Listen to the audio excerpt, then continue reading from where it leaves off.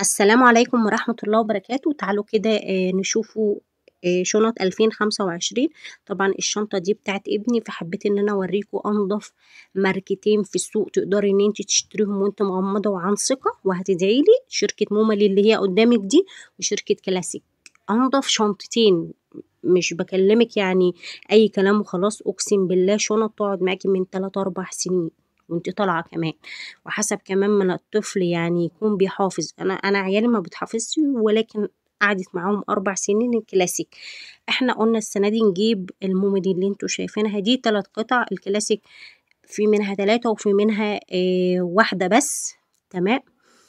احنا جبنا 3 وزي ما انتوا شايفين الشنطة بتاعت ابني مليانة سوست كتير كتير وواسعة كده وتاخد حاجات كتيرة.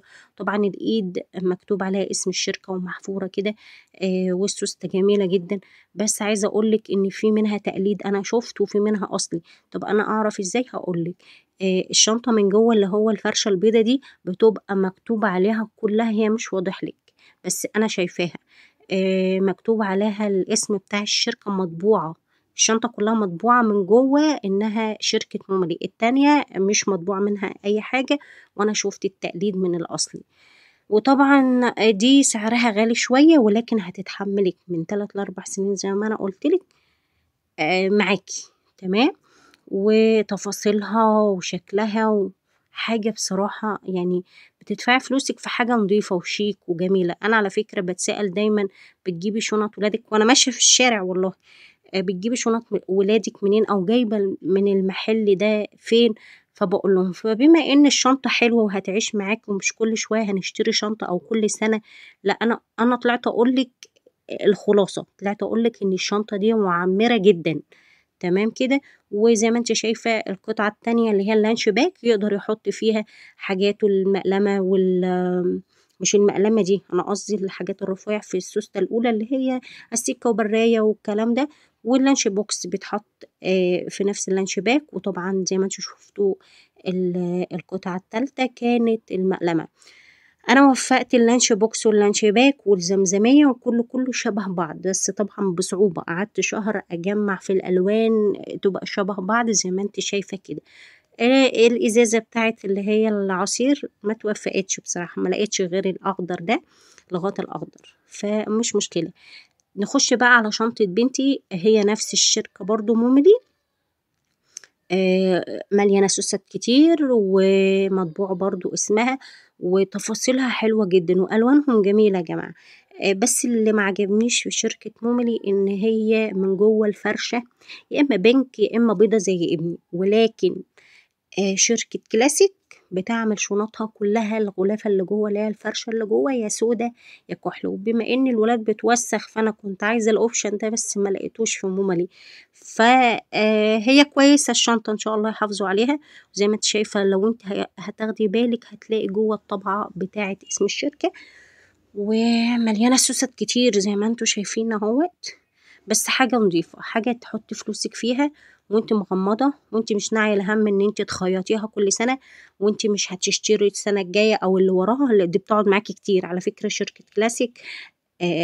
الشركة بتاعتها احنا جايبينها من 3 سنين، لسه الشنطة على فكرة جديدة، ولكن انا جبت دي احتياطي.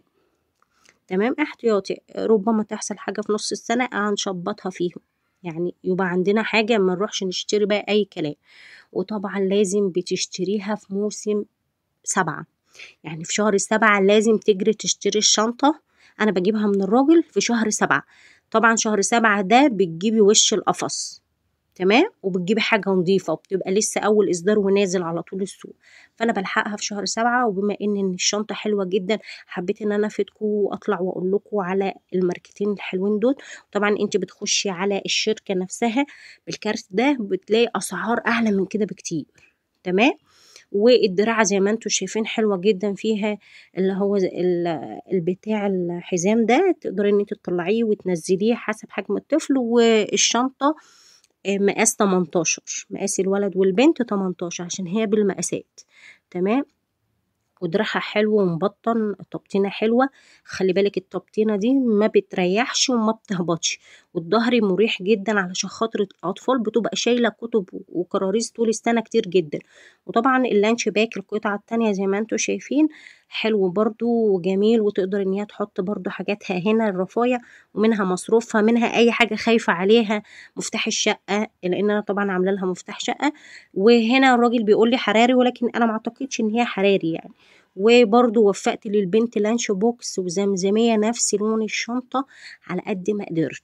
يعني الحمد لله ربنا وفقنا، وخلال شهر كنت مكملة الحاجات دي. يعني أنا جايباها من شهر 7، قعدت 8 أوفق في الألوان وأرجع وأجيب وأعمل لحد ما الناس زهقت مني الصراحة.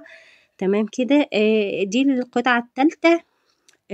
مقلمة برضو نفس حوار أخوها، منفوخة كده ومليانة كده، تحسيها حاجة فخمة، حاجة حلوة.